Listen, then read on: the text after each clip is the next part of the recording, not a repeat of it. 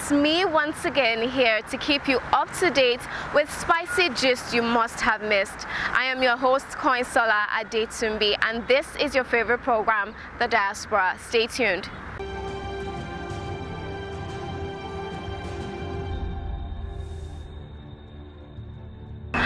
The wheels of any nation revolves around her economy.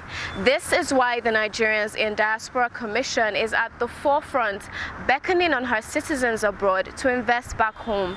No doubt this culminated into the signing of a historic MOU to turn around the fortunes of diaspora investment between the Nigerians in Diaspora Commission and the Nigeria Diaspora Summit Initiative NDSI in Abuja. This is just the icing on the cake.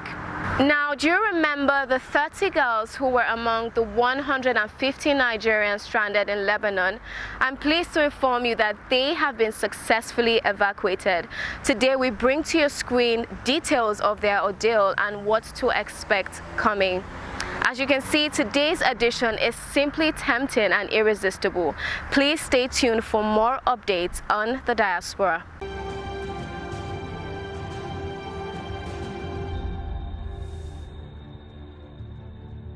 We ought to be proud of ourselves when we talk about investment and human capital development. These were the words of the Chairman CEO of the Nigerians in Diaspora Commission during the historic signing of an MOU with the Nigeria Diaspora Investments Summit.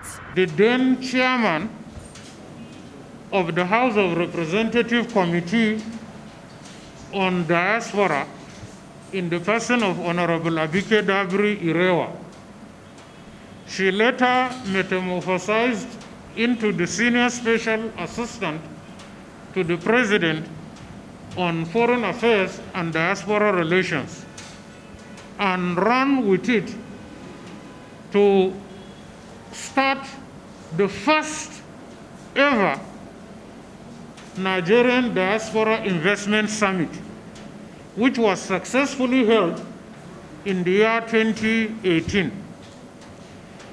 As part of the outcome of that particular inaugural summit, 3 things were agreed in that summit.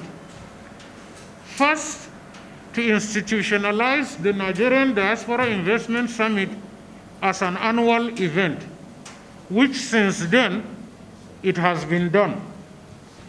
2, to set up the Nigerian Diaspora Investment Summit Group, which also, to her credit, she has driven, and to date, we have the Nigerian Diaspora Investment Summit Initiative registered with the Corporate Affairs Commission of Nigeria.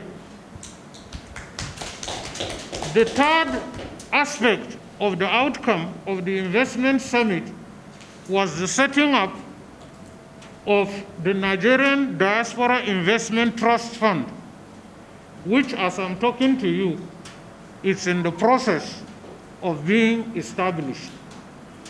With the setting up of the Nigerian Diaspora Investment Summit Initiative, and also the establishment by law of the Nigerian Diaspora Commission, there is the need to synergize the 2 efforts by a binding MOU towards facilitating the activities of the Nigerian diaspora investment worldwide.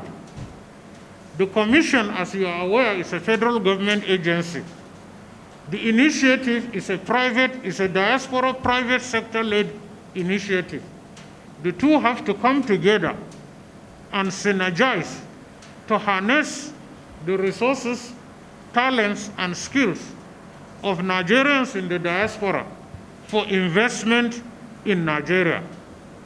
We are here today at a legacy event, an event that celebrates the beginning of a historic event, the signing of the MOU to facilitate and consolidate this relationship. We all should be proud of ourselves. When we start with the team, Mrs. Badewa, Barrister Kachi Esquire, Dr. Abdullahi, everybody. We just said, let's do a diaspora summit, investment summit, because we know that when we talk about diaspora, we must talk about investments.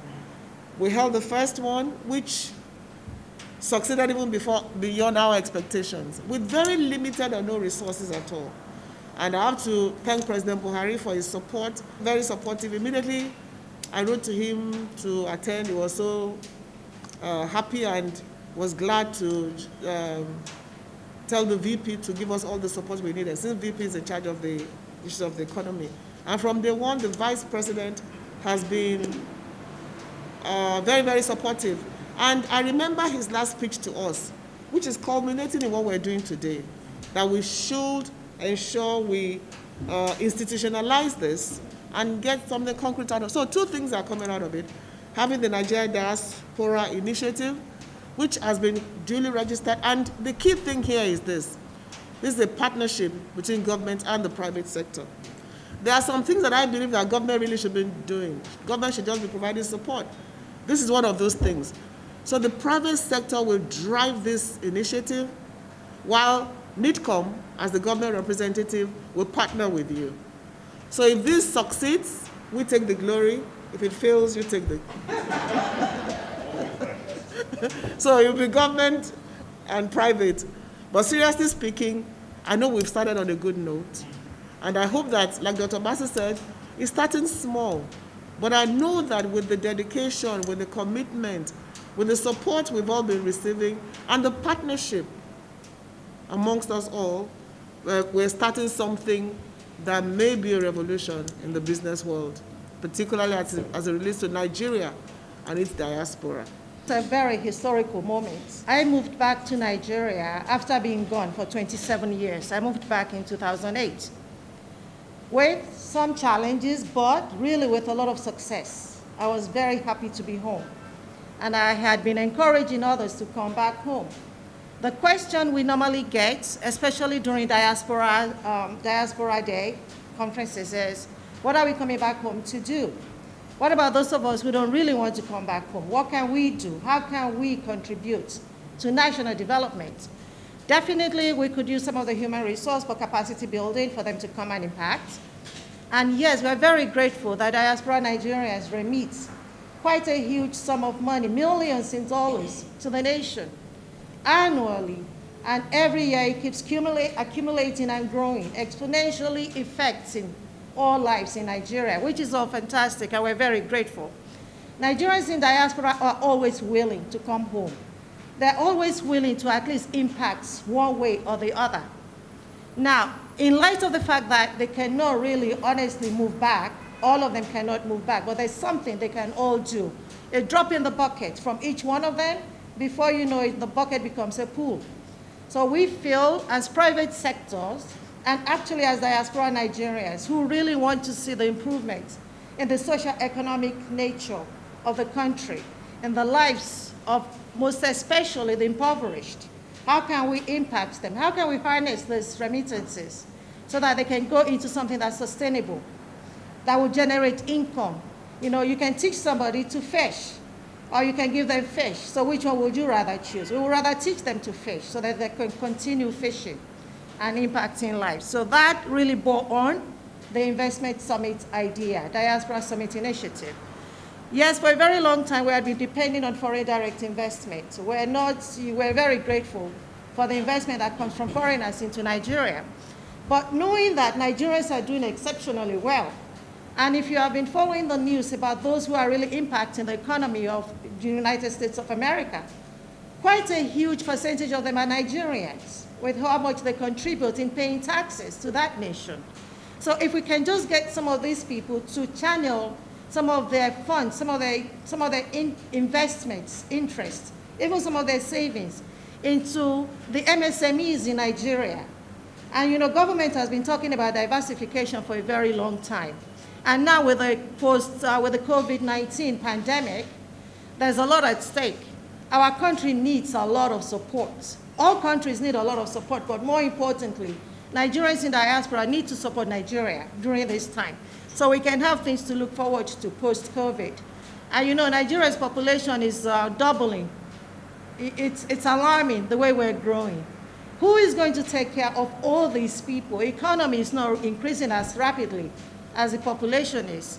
So the best way we can be proactive and to start developing interventions to remediate this challenge that we foresee in the future is by really appealing to Nigerians in diaspora to come and invest in primary sectors that will have immediate impact on the lives of our people. When we talk about population, we talk about agri sector. Agri sector is one of the biggest in the world.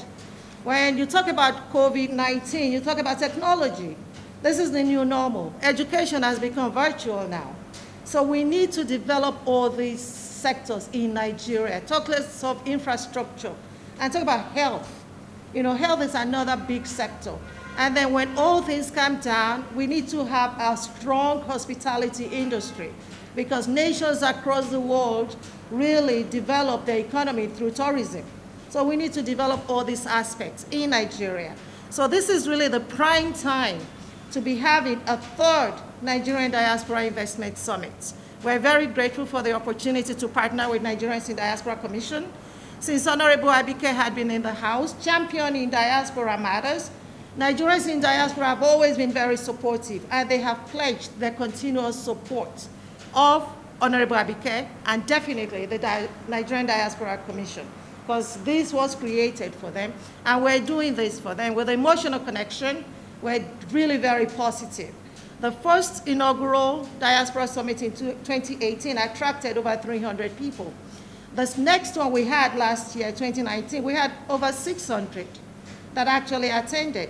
And we've got information about those that have made a lot of connections, a lot of contacts. You know, even my own personal school has really grown since the investment summit we held, because a lot of Nigerians in diaspora are supporting us now as well. So we've gotten so many positive results. I always say when you impact one life, you are impacting hundreds, because that one life has an effect, has a dolomite effect on others. You know, that one person will now go and pay tax. That tax goes into government to improve the economy. That one person will hire someone and pay for somebody's salary. That one other salary is paying for somebody's school fees. So if we can just add them together and have all our brothers and sisters in the diaspora support our MSMEs, then definitely we're going places. The impact that NIDCOM has made in 1 year, just 1 year, that it has become such that Nigerians, wherever they are in the world, they feel a distress, they have a problem, they come across obstacles, they call NIDCOM. Or anybody to do with it. I receive a lot of those calls and I know I overload you, I'm sorry.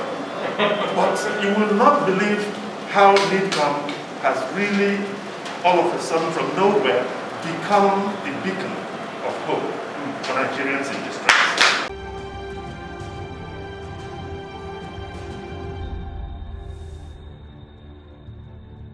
Kudos to NIDCOM and NDSI. Now let's take a look at an exclusive interview with NIDCOM's boss as she gives us updates on the returnees, especially the over 150 Nigerians stranded in Lebanon. Can you give us an insight into an update? Because we hear that the government has stopped evacuation. What is the update on that? The PTF has announced that the airspace will reopen on the 29th of August. Evacuation, the last evacuation I think should be 25th or 27th. And I think it's a good development. Because on one hand, you have people saying, no, we want to come home, it's too expensive. Because don't forget that most of those flights, because the one-way flight is a bit higher than the normal flight. So I think it's a good development for anybody who wants to come back to now finally come back. And there are, of course, Nigerians who have been stuck in Nigeria that are working abroad and want to go back. There are also Nigerians who still want to come back home. So I think it's just the right thing to do, and it's about time to. Now we have to thank the Lebanese ambassador to Nigeria, the Nigerian mission in Lebanon, the Lebanese community in Nigeria, as well as some NGOs who supported the return of the girls free of charge. There are some private citizens who paid, you know, but there were quite a lot who paid nothing to come back home. So we're quite grateful that we're able to get that done. And The key thing is these girls are home now. What happens next? They're with NAPTIP, undergoing rehabilitation and reintegration. And another good thing is that Lebanon has stopped giving work visas to those who are going to work as domestic staff in Lebanon until all these labor migration issues are sorted. And the key thing is, who are the traffickers? How some state governments have intervened to ensure that the returnees are fully integrated. The good thing is some of the governors have intervened and reached out to their girls, particularly Oyo, Osun, Ogun, Lagos, Delta. Edo has also reached out. So we hope that the other states will reach out to their girls and do something for them in terms of rehabilitation and setting them up in some small business or something. And I know that with massive awareness from these girls that have come back, they can encourage others not to do that anymore. And like I said, the agents or the traffickers need to be arrested. Now, one thing is, I need to explain, these girls are there legally. They got their visas properly, their work visas properly from Lebanon. So they are not illegal migrants, but they are trafficked. They are trafficked in the sense that somebody has collected money on their behalf here. So by the time they get there, somebody has taken $2,000, or, paid by the employer there. They're supposed to be earning $200, $300 a month, but the agent has collected money for 5-6 months plus his own commission. So imagine a graduate who says, there's a job in Lebanon. Come on, what gets there? A domestic staff. You have to take care of 4, because one of them told me her experience, take care of 4 children, husband, wife, and she's never done house girl work in her life. How is she going to cope? They start crying that you want to come back home. But your employer has paid thousands of dollars. He wants his money back before you go. And that's when the crisis starts. But 2 things have happened. Like I said, Lebanon has stopped issuers of work visas until we sort out all these issues with migration. And then secondly, all the agents are now being profiled. So for instance, the Nigerian mission, we have the list of all agents. So if you go in through agent A, they have the name. So if you get into trouble, they can reach out to that agent A. So a few things have been done to check this particular incident, and I hope that we can put a stop to that. But those are broken girls, and we hope that they get their lives back together again. How do you monitor and see their progress? NAPTIP. Because there's a possibility of second leg journey. That's actually a big difficulty. That is left to them. I know that some of those that came back from Libya found their way back somehow to get out again. There's a particular girl who got back to Libya and one of those who started crying again. So it's about, like I said, a lot of awareness to know that those stories are not true. And that particular girl who said to me, I'd rather be selling guguru here than go do any of this again, we hope to do something with her. Maybe some of them can be like ambassadors. But NAPTIP is doing a lot in terms of rehabilitation and reintegration. So we're very confident with what NAPTIP is doing with the girls. But individuals can also still help and support. And like you could take up a girl and save her life and help her out. Kudos to the Nigerian government. Thanks for coming through for the citizens in distress. And to the Amazon of Diaspora Affairs, we say a massive thank you. Ha! Not so fast. Look, I'm tired. I want to check out of this country for greener pastures. Just calm down for a moment. Please sit down. Do you have a job where you're going to? No, but someone is arranging, Listen, Alinko. Checking out of this country without proper planning means one thing. Unimaginable begin. I've been in the diaspora, but legitimately doing great things at home and abroad. As I've been saying, without the proper footing abroad, the risk is not worth it. Listen, Alinko, it's better to be home than be trapped abroad, or even end up in prison.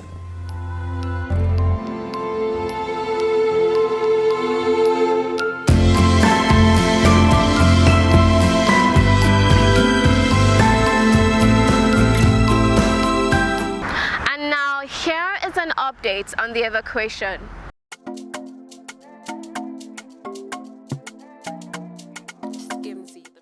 Tenure well spent is worthy of celebrations.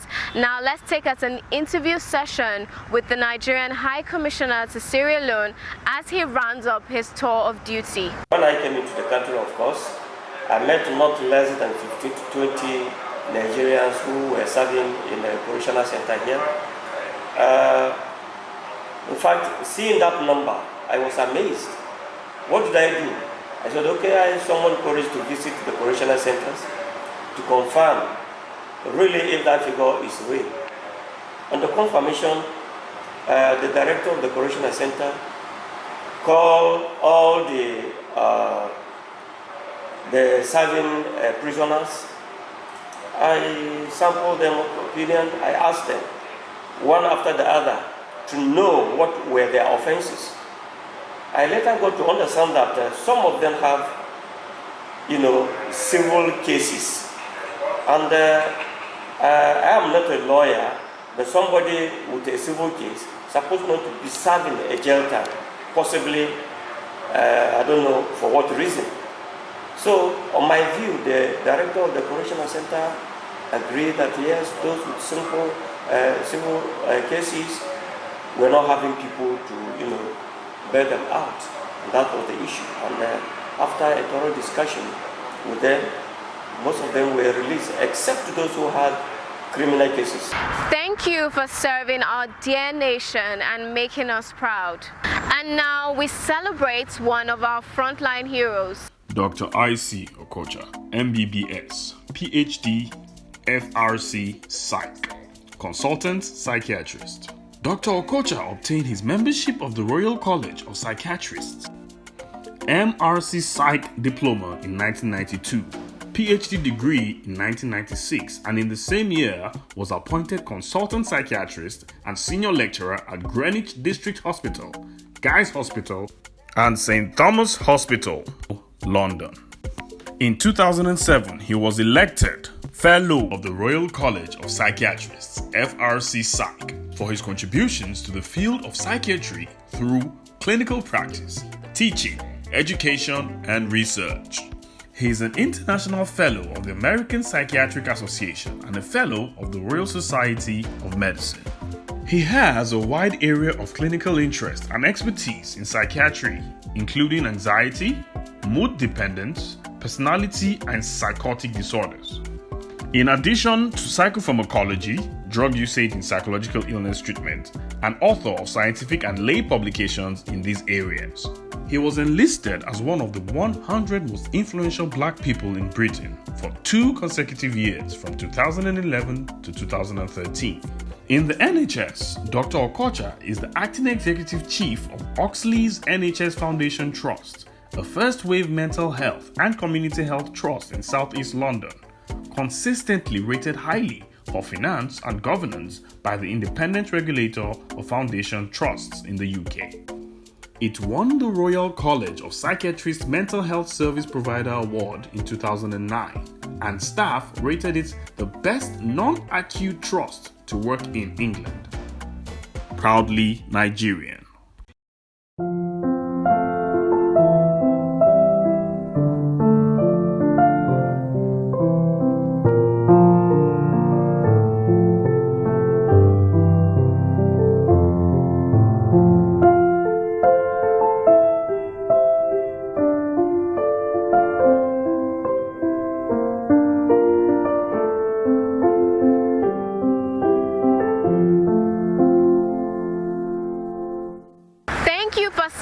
Through the program. We hope it's been worth your while.